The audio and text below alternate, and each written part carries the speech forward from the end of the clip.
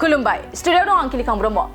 बाक्सा जिल्लानि बेन्दोंआव थानाय बरबर दख'र एबसु आरो बरबरी गुदि बर' थुनलाइ आफादा थांनाय 2024 इं मायथाइयाव बर' बिजोङाव फरायनानै सेथि थाखोआव मेट्रिक आनजाद उथ्रिसार आरो गेजेरारि जौसिन फरायसालियाव सेथि मासि लानानै उथ्रिसार जानो हानाय फरायसाफोरखौ बरायनायजों लोगोसे मान बावनाय हाबाफारि लायो।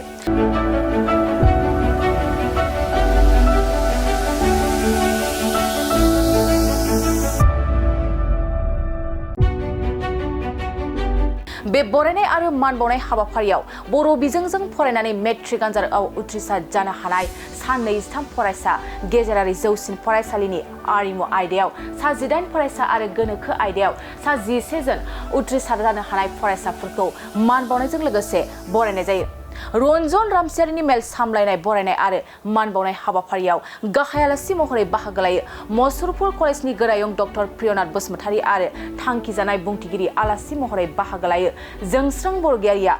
बे बरायनाय आरो मान बावनाय हाबाफारियाव गाहाय आलासि महरै डक्टर प्रियनाथ बसुमतारी आरो थांखिजानाय आलासि जोंस्रां बरगयारिया फरायसाफोरखौ थांखिनानै थुलुंगाखां बिबुंथि लाखिनायखौ नुनो मोनो।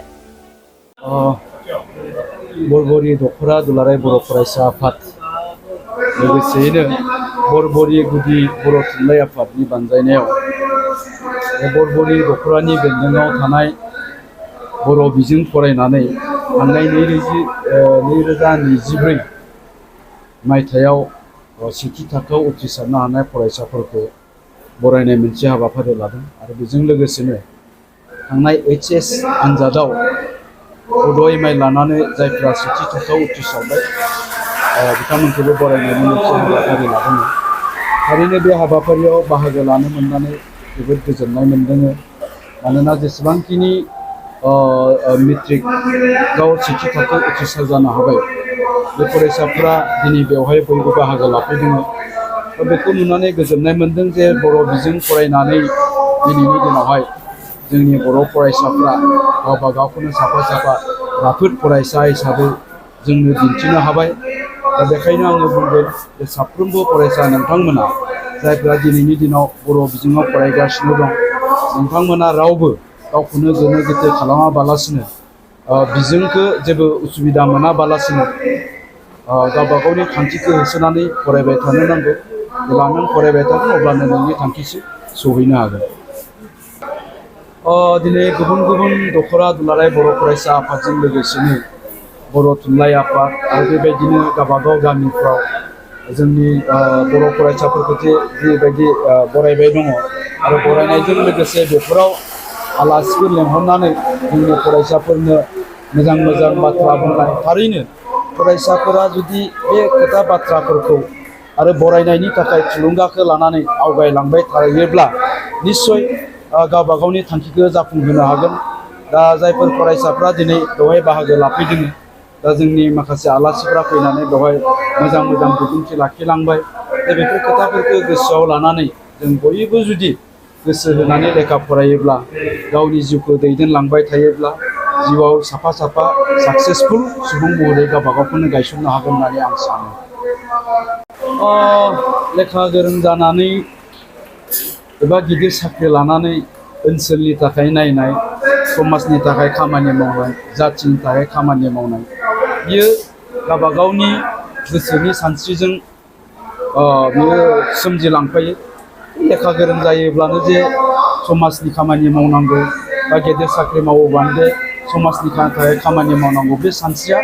गावबा गावनि थैजों फैफानाय। दा बेखायनो सोरबा लेखा रोङाब्लाबो गोबाङा समाजनि थाखाय खामानि मावबाय दं, जाथिनि थाखाय खामानि मावबाय दं। थेवबाबो जोङो समाजनि साफा साफा सुबुं हिसाबै जोङो खावलायगोन जायफोर सुबुंफ्रा दिनै लेखा गोरों जालांबाय, जायफोर सुबुंफ्रा दिनै लेखा गोरों जानानै गेदेर गेदेर साख्रि मावबाय बिथांमोनाबो बयबो जुदि जातियाव समाजाव बिहोमा होयोब्ला इयुननि समाव जोंनि बर' जातिखौ गेरेमसा हारि हिसाबै दानायाव, गोग्गो हारि हिसाबै दानायाव थारैनो मोजां बिहोमा जागोन होननानै आं आसा खालामो। बाइक सालायनाय, मबाइल बिनाय, ड्राग्स जानाय बेयो दिनैनि दिनावथ' गोदान बाथ्रा नंला जाहैबाय आरो गोदानै बुंबाय थानांगौबो दं होननानै आं सानाखै। मानोना गुबुन गुबुन समाव आंजों लोगोसेनो जायफ्रा बेफोरनि सायाव सांग्रांथि होबोदों गोबां बाथ्रा बुंबोदों आरो मोनफ्रोमबो मेल मिटिंफ्राव बेफोरबायदि मिटिंफ्राव फैयोब्ला बेफोर खोथाखौनो बुंबाय थानाय जायो नाथाय थेवबाबो जोङो जोंनि गेजेरावहाय दासिमबो बेखौ आबुङै जों फोजोबस्रांनो हायाखै मानोना दाबो जोंनि लाइमोनफ्रा बाइक सालायथिंनाय दाम गोसानि मबाइल बिथिंनाय जौ लोंथिंनाय जों बेफोर थासारिखौ नुनो मोनो दा बिनि थाखायनो गिबियावनो दिनैनि समावहाय जोङो बिमा बिफाफ्रानो गावबागाव माने सांग्रां जाग्रोनो नांगोन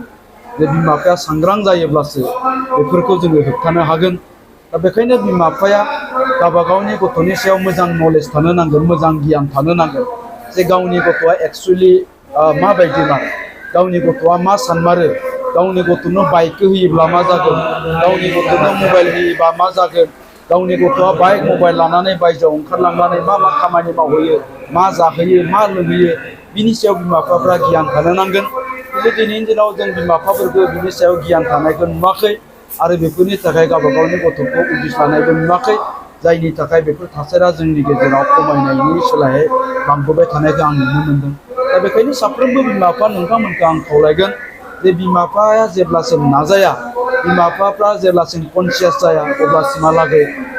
जों रावबो सुबुङा बेफोर खोथाखौ बुंनानै होबथानो हानाय नङा दा बेखायनो बिमा बिफाया गावबागावनि गथ'खौ बिनिफ्राय रैखाथि होनांगौनि थाखाय बा बिनिफ्राय होबथानांगौनि थाखाय गावबागावआनो सांग्रां जानो नांगौ जोङो थांनाय 2024 मायथाइ मेट्रिक आनजाद आरो HS आनजाद बरबर दख'रानि सिङाव थानाय जों फार्स्ट डिभिजनाव पास जानाय जों साफ्रोमबो फरायसाफोरखौ जोङो दिनै बरबरि गुदि बर' थुनलाइ आफाद आरो बरबरि दख'रा दुलाराय बर' फरायसा आफाद दा बे मोननै जथाय आफाद लानानै जोङो दिनै बरायनाय आरो मान बावनाय हाबाफारि लादों